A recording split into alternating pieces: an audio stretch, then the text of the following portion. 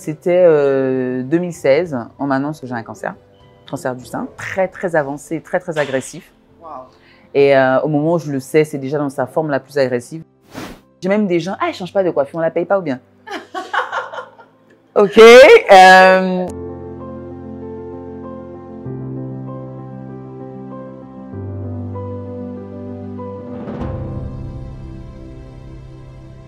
Alors, bonjour à tous. Aujourd'hui, nous recevons la célèbre femme médiatique, Frédérique, qui est avec nous.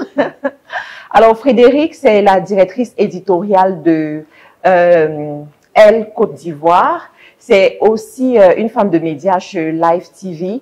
Bonjour Frédérique. Bonjour. Comment vas-tu? Ça va, super. Je suis très contente d'être ici avec toi. Merci. Généralement, je te vois à travers la télé et également sur ton compte Instagram dont je te suis. Alors, dis-nous, qu'est-ce que tu fais concrètement? Parce que j'ai présenté ce que je vois sur les réseaux, mais je sais que tu es une femme à plusieurs casquettes. Ouais. Alors, on va dire que j'ai un combat pour l'empowerment des femmes. Et chaque fois que se présente pour moi un canal pour diffuser les valeurs, pour les encourager, j'y vais, quoi. Donc, ça va passer par la télé, ça va passer par le média, effectivement, Elle Côte d'Ivoire, par la radio, il y a une émission radio aussi, et aussi par l'accompagnement de femmes. Effectivement, tu as une association ou alors… Alors, c'est pas une association, c'est un mouvement que j'appelle INSAE, voilà. Un mouvement où je prône le bien-être et puis aussi le personal branding, savoir avoir une marque personnelle, voilà. Alors, Frédérique, comment est-ce que tu as fait pour devenir l'une des femmes la plus médiatique ici en Côte d'Ivoire? Quel est ton parcours? Alors, je ne sais pas si je suis l'une des femmes les plus médiatiques. Parce qu'on te connaît beaucoup, on te connaît au Canada, on te connaît au Cameroun, on te connaît en France, on te connaît un peu partout. Alors, je pense que vraiment, bon, mon truc à moi, c'est être naturel. Oui. Et je pense que beaucoup de gens parlent du pourquoi, Oui. son why. Et je pense que je suis très concentrée sur mon why, sur ma mission de vie, sur ce que j'ai envie de donner, ce que j'ai envie d'apporter. Et dès ce moment-là, les choses se sont complètement ouvertes à moi. Et je suis restée 22 ans en France et je suis rentrée en Côte d'Ivoire il y a seulement 2 ans et demi maintenant. Et tout s'est débloqué comme ça par opportunité, par ouverture.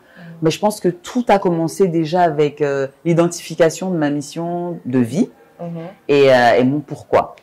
Je résume d'abord ça comme ça. Et selon toi, c'est quoi ta mission de vie? Ma mission, c'est d'accompagner les femmes qui n'ont pas conscience de leur bien-être ou mieux-être. Et puis aussi, j'ai envie de passer à l'action. Tout le monde parle beaucoup des femmes, de ce qu'elles doivent faire, de ce que les hommes doivent emmener les femmes à faire, les portes qu'on doit leur ouvrir. Moi, j'ai envie de dire aux femmes d'ouvrir ces portes elles-mêmes, de se présenter au monde. Et je pense que c'est important de savoir se présenter au monde pour arriver à connecter, à vendre ses compétences. Faut prendre en main sa vie, quoi, et pouvoir dire soi-même, voilà, je suis prédestinée à faire tel métier, j'ai telle compétence, et le digital m'aide beaucoup. Si vous me dites que vous me suivez sur Insta, je suis contente. Alors, je veux que tu reviennes un peu sur ton retour au pays. Tu quittes la France où tu as passé plus de 20 ans, tu as 22 ans. Tu arrives en Côte d'Ivoire, ton pays d'origine. Qu'est-ce qui a motivé ce retour au pays? Alors, au départ, c'était familial. Il s'est passé beaucoup de choses, décès de mon père, beaucoup de choses. Puis je me retrouve ici vraiment contre ma volonté. J'avais pas envie. Et puis, je me suis dit, bon, ok, j'y vais, je fonce, je vais voir ce que ça donne. Puis peut-être au pire, je vais me reposer, parce que je venais d'une longue histoire de maladie aussi. Oui, on en parlera. Voilà. Et puis, ben, ça s'est très vite amorcé. J'ai voulu juste faire des choses très calmes dans mon coin, des petits cercles de femmes. Et les choses sont venues à moi, à l'intérieur même de mon petit cercle. Et tout de suite, je me suis dit, voilà, je pense que c'était une histoire de timing. C'était le bon moment pour rentrer. Et moi, j'avais tous les stéréotypes et a priori dans la tête. Je me suis dit, est-ce que les gens vont m'accepter?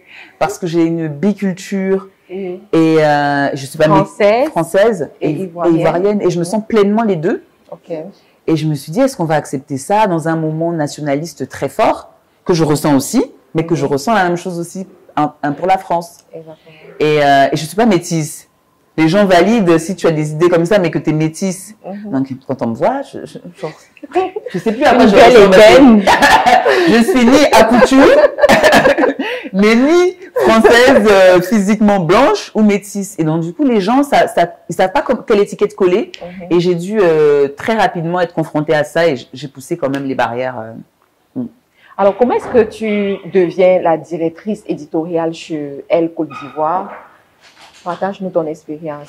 Alors, c'était assez magique parce que la précédente responsable du média, elle venait à mes cours à mes cercles de femmes, à mes cours de méditation zen que je donnais. Et puis un jour, elle me propose, elle part et elle me dit écoute, j'ai écouté ton parcours, j'ai écouté tout ça. Je pense que tu es la personne clé pour me seconder, pour prendre ma place pour cette passation. Et très rapidement, je me retrouve à Paris à faire un entretien avec Lagardère. Et très rapidement, je me retrouve à ce poste.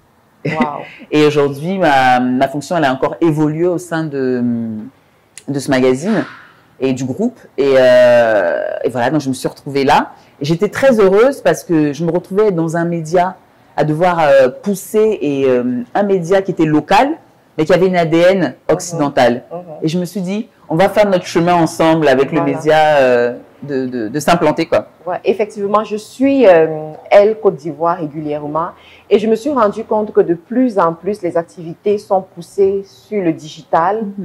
Il y a beaucoup de communication digitale sur les activités que vous menez au quotidien ici et vous invitez beaucoup les femmes leaders ivoiriennes. Exactement. Est-ce que c'est une touche personnelle que tu as apportée lorsque tu as rejoint le magazine? Définitivement. Quand j'ai rejoint, le magazine était fonctionnel depuis 3 ans. Et je me suis dit, déjà, il n'y avait pas de cover. Et je me suis dit, il faut qu'on ait une représentation de femmes. Et de femmes d'Afrique subsaharienne, parce que mon idée ne s'arrêtait pas qu'à la Côte d'Ivoire, même si on dit Elle Côte d'Ivoire. Je me suis dit, il faut qu'il y ait cette image de femme qui porte une valeur tous les 3 mois et qui représente finalement cette idée inspirationnelle que les jeunes filles et les femmes ont envie d'atteindre. Et c'est comme ça que l'idée des femmes leaders s'est mise en place, puis on a lancé Elle Active, cette idée très forte de mettre en avant des femmes qui ne sont pas forcément influenceuses, mais qui peuvent influencer l'avenir et l'envie de certaines jeunes filles et femmes. Et ça marche bien. Et ça marche très bien. Alors, on va continuer, on va parler de l'expérience qui a failli te détruire. Et aujourd'hui, tu es une survivante d'un cancer. Est-ce que tu veux bien nous parler de cette expérience? Oui, j'en parle tous les jours avec Évolution. C'était 2016. On m'annonce que j'ai un cancer du sein, très très avancé, très très agressif. Wow. Et au moment où je le sais, c'est déjà dans sa forme la plus agressive. Et à ce moment-là, je suis dans mes baskets, je me retrouve devant un médecin qui m'annonce ça et moi physiquement qui me sens pas du tout alignée avec ce qu'il me dit parce que physiquement, j'ai la sensation que je me sens bien. Et je comprends l'expression de tumeur maligne vraiment à ce moment-là parce que je me dis, attends, je pense que je me sens bien. Et bien sûr, j'avais détecté que j'avais une boule là. Et je me disais, c'est forcément quelque chose de bénin parce que je peux pas être dans un état là. Enfin bref, donc je rentre dans un processus où je me retrouve à faire des chimios, une mastectomie, radiothérapie. Enfin, j'ai fait tous les traitements les plus lourds. Et au bout d'un très très court temps, l'Institut Curie, donc l'Institut qui s'occupe de porter les malades à Paris, ils se rendent compte que, et Paul Desgines aussi qui me suivait, ils se rendent compte qu'il n'y a plus de nodules, il n'y a plus de cancer. Donc du coup, je suis une survivante à tous les niveaux parce que je fais partie des 2% depuis 10 ans quand même. à avoir survécu à un cancer qui est complètement avancé, qui était complètement avancé et agressif. Parce que très souvent, on conseille de prendre en charge la maladie lorsqu'elle n'est pas encore très avancée. Exactement. Et les chances sont de plus en plus réduites lorsqu'elle est très avancée. Mais en dehors de la chimio et de tout le traitement qui a été mis sur pied, tu penses que qu'est-ce qui t'a aidé à avoir cette santé, cette guérison miraculeuse? Mon changement de mindset. J'ai changé complètement ma façon de voir la vie, de concevoir l'alignement avec... vraiment, si je le dis comme ça a une notion hyper spirituelle, ésotérique un peu. Mais vraiment, j'ai appris à respirer, parce qu'il y a une gestion de douleur et d'émotion qui est très forte. Donc, j'ai appris à respirer, j'ai appris à prendre des temps de pause pour m'oxygéner. J'ai appris à savoir comment le cerveau fonctionne, parce que c'est le cerveau qui déclenche aussi, qui vous emmène les informations à votre corps, des douleurs, ah bah tiens, ça je peux pas supporter, ah bah tiens, ça tu pourras pas gérer, etc. Donc je me suis énormément formée et auto-formée aussi sur le bien-être.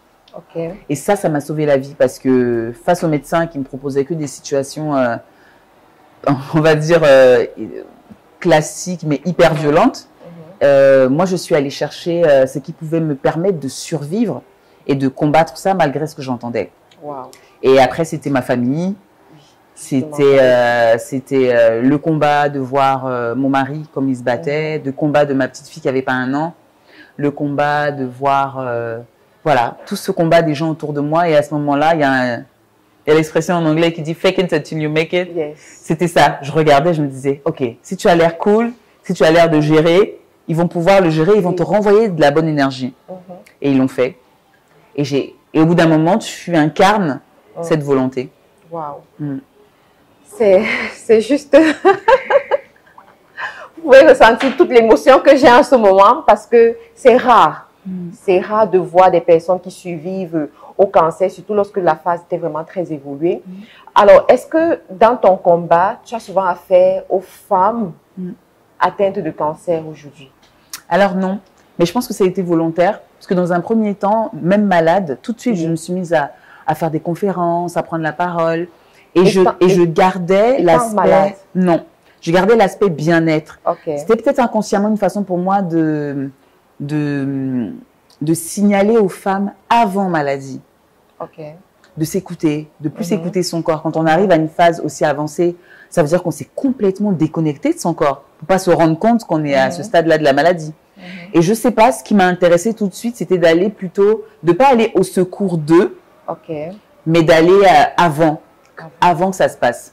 Et je pensais à toutes ces jeunes femmes qui, comme moi, étaient dans leur train-train, le boulot, gérer leur couple, gérer leurs enfants, gérer les factures, gérer leurs parents, tout ça, et qui n'avaient pas le temps de se dire à un moment donné, ben, il faut que je me gère pour pouvoir y arriver, en fait. C'est ça qui m'a tout de suite interpellée au départ. Ok, donc aujourd'hui, tu es en Côte d'Ivoire. Tu as une activité qui te plaît, apparemment. Tu es entourée de très bonnes personnes. Je t'ai vu tout à l'heure avec Edith Brou.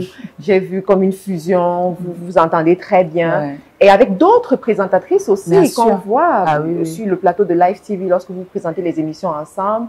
Alors, comment est-ce que tu passes tes journées au quotidien? Comment est-ce que tu réussis à gérer cette femme de médias et cette épouse, cette mère? Tu as une petite fille aujourd'hui. Comment est-ce que tu fais? Alors, c'est vrai que j'ai aucune journée type. Mais aucune. Tous les matins, je me réveille avec la conviction de vivre la journée d'une certaine façon. Elle n'est jamais comme ça. J'ai de la chance parce que, par exemple, pour la télé, pour prendre l'exemple de Live Weekend, les filles sont exceptionnelles. J'ai été accueillie sur un plateau avec des visages qui étaient connus en Afrique. Et moi, j'étais la totale inconnue, arrivée. Je me souviens, la première fois qu'on a fait l'émission, je regardais après le live, les commentaires. Les Ivoiriens, si vous me voyez, je critique encore. Ils ont regardé l'émission et puis les gens disaient « Ah, il y a Série Dorcas, il y a Connie Touré, etc. » Et puis ils disaient « C'est la fille noire qu'ils ont mis sur le plateau là. » Et je me disais « Mais c'est dingue parce que je fais 22 ans en France et jamais dans une prise de parole ou dans un événement, on m'a pointé d'être une fille noire sur un plateau, quoi. Et ça m'avait fait bizarre au début, parce qu'effectivement, elles sont toutes un peu claires et tout. Et puis, je me retrouvais là et je trouvais bizarre que c'était le premier jugement fréquent. Et après, bon, les gens se demandaient qui j'étais. Et puis, parce que je suis pas dans mon genre, je suis quelqu'un de très naturel. J'aime pas me maquiller énormément. C'est la guerre, le make-up, je les adore, elles sont trop courageuses. Parce que chaque fois, je suis leur petit cauchemar. Je veux pas ça, je veux ça, je veux être naturelle, je veux pas me... C'est mon truc à moi. Je trouve ça magnifique, l'art de se maquiller, là. Mais juste que je me retrouve pas dedans, peut-être avec mon histoire personnelle. Et donc, du coup, les gens ont eu du... J'ai même des gens, ah, elle change pas de coiffure, on la paye pas ou bien? Ok, Ok. Si, en fait, il y a un concept, je défais les maîtresses, je les refais. Voilà, c'est le secret aujourd'hui. Toi-même? Non, mais je veux dire, ils me revoyaient toujours avec cette coiffure. Okay. J'ai toujours la même coiffure. Et donc, les gens, ils se disaient, mais c'est bizarre, c'est un signe de richesse, c'est tu claques la nouvelle perruque, tu claques la... Enfin, tu vois, tu envoies et c'est comme ça que tu montres ta puissance, quoi. Ben non, moi, ma puissance, c'est de me lever tous les matins et de revoir la même personne qui évolue tous les jours. C'est un autre. Et puis j'ai commencé à avoir des super messages, genre, ah, Frédéric, on t'adore. Au début, on te trouvait bizarre, hein. On comprenait pas ton délire. Mais finalement, franchement, on t'adore. Et j'ai envie d'être cet exemple-là pour des jeunes filles qui peut-être n'ont pas ce genre très clinquant de l'image. Et il faut qu'il y ait à la télé quelqu'un comme ça. Et des fois, quand j'ai envie de laisser un peu, je me dis, ah non, je pense à la petite fille qui est un peu spéciale, qui est un peu dans son monde artistique ou quoi, et qui se dit, ah ben tiens, elle y est, donc je peux y être. Waouh. C'est vraiment parlant parce que moi aussi j'ai fait cette remarque. Je me suis dit, mon Dieu, elle sort d'où? Mais ce qui m'a beaucoup marqué. Change pas sa coiffure. Elle avoue au moins. Tous les jours, les gens m'envoient des messages pour t'offrir une perruque. Nous-mêmes, on veut t'offrir. Quand on te voit, on se dit qu'il y a un truc. Naomi Campbell, you know. Voilà, justement. Exactement. Mais moi, en te suivant sur Instagram, je me suis rendu compte que c'était une philosophie en fait de vie que tu avais épousée et que tu cherches à transmettre à d'autres personnes. Et ça te distingue énormément.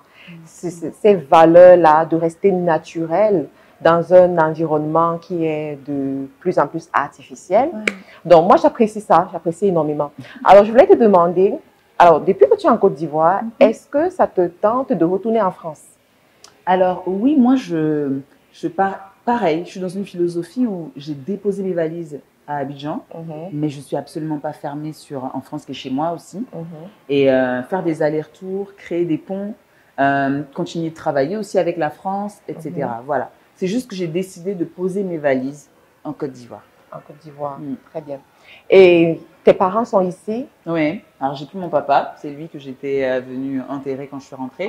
Et j'ai ma maman qui est ici. Okay. Et comment est-ce qu'elle vit ton retour? Parce que généralement, les parents disent, c'est bien que tu restes à l'étranger, c'est bien qu'on te voit à l'étranger. Si tu reviens ici, c'est comme si tu avais échoué. Je ne sais pas si tu as vécu ça avec eux. Non, ma mère, c'est l'incarnation du chapelet pour que tout le monde rentre, tu vois. Donc, elle me dit, bon, toi, tu étais celle que je pensais que jamais tu allais rentrer. Jamais, jamais, jamais. Parce que quand on m'en parlait, je disais, non, jamais je vais rentrer. Et j'étais bloquée sur mon histoire d'artiste, parce que je fais des vêtements, parce que je peins, etc. Les gens ne vont jamais comprendre mon délire. À Abidjan, les gens ne vont jamais me comprendre. Et ça me bloquait sur le fait que je ne pourrais jamais rentrer parce que je serais complètement incomprise. Et ma mère, elle était ravie. Elle n'y croyait pas. Quand je lui disais au téléphone, elle dit, tant que je ne t'ai pas vu, je ne peux pas croire. Il faut que je te voie pour être sûre. Elle est plutôt elle a 71 ans. Elle a envie d'avoir toute sa famille autour d'elle et qu'on puisse enfin se retrouver plutôt. Ah, j'imagine. Alors, Frédéric, nous sommes presque au thème de cette interview. Je t'écouterai toute la journée, ça c'est sûr. Tous tes délits, toutes tes histoires, j'adore. Alors, dis-nous, est-ce que tu as tes 3 secrets de succès? Parce que je sais que tu incarnes beaucoup de valeurs. Tu as certainement des secrets de succès. Est-ce que tu veux partager ça avec nous? Alors, en redéfinition, succès pour moi, bien sûr. Succès pour moi, c'est l'accomplissement de soi. Donc, on est toujours sur un chemin, une quête sans fin. Mais je dirais déjà d'être naturel, authentique. Je pense que l'authenticité dans nos choix, c'est hyper important. C'est ce qui fait que les gens vous reconnaissent vos valeurs, vous reconnaissent votre expertise et savent qu'on ne peut pas vous faire de propositions qui ne rentrent pas en compte sur votre but. Donc, j'ai envie de vous dire, ayez un why, premier. Deuxième point, je pense, entourez-vous de gens qui vous poussent vers le haut. Je pense qu'un bel entourage, c'est ça tout de suite, j'ai parlé des filles sur la télé. Elles m'ont accueillie. Elles m'ont dit, maman, on adore comment tu es, mais justement, reste comme ça, on adore ta bizarrerie, là, c'est ça qu'on aime. Et elles m'ont encouragée, entourez-vous de gens qui vous tirent vers le haut. Et parce que Internet et le digital a son très bon côté et ses mauvais côtés, c'est le fait de très rapidement vouloir accéder à ce succès, ces paillettes, etc. Donc, entourez-vous bien. Et troisième point, j'ai envie de dire la foi. Je pense qu'il faut la foi. Et la foi religieuse ou spirituelle, pour ceux qui croient, Et la foi en ce que vous aimez, et la foi en vous-même aussi, pour si vous n'êtes pas ancré. Pas encore, mais vous verrez. Donc, la foi. Parce que c'est ça qui va vous porter. Et puis, il y a des moments de up and down et qui va faire chaque fois que, hop, vous remontez dans le bateau et que le bateau, il coule jamais, en fait. Ouais, super. Voilà. Ben, merci beaucoup. Merci d'avoir accepté de nous accueillir ici. Je suis très honorée. Je suis vraiment contente d'avoir passé ce moment avec toi. Et je sais pas, on verra qu'est-ce qui se passe plus tard, s'il y a des opportunités de se revoir, si je reviens en Côte d'Ivoire, ou si toi-même tu viens au Cameroun chez nous. J'aimerais bien, Sophia Aida me l'a trop bien vendu. Il faut... Ah, en plus. Donc, si tu viens chez nous au Cameroun, ce sera toujours un plaisir de t'accueillir. Super, merci à toi. Nous sommes arrivés au thème de cette émission. Au revoir et à la prochaine émission.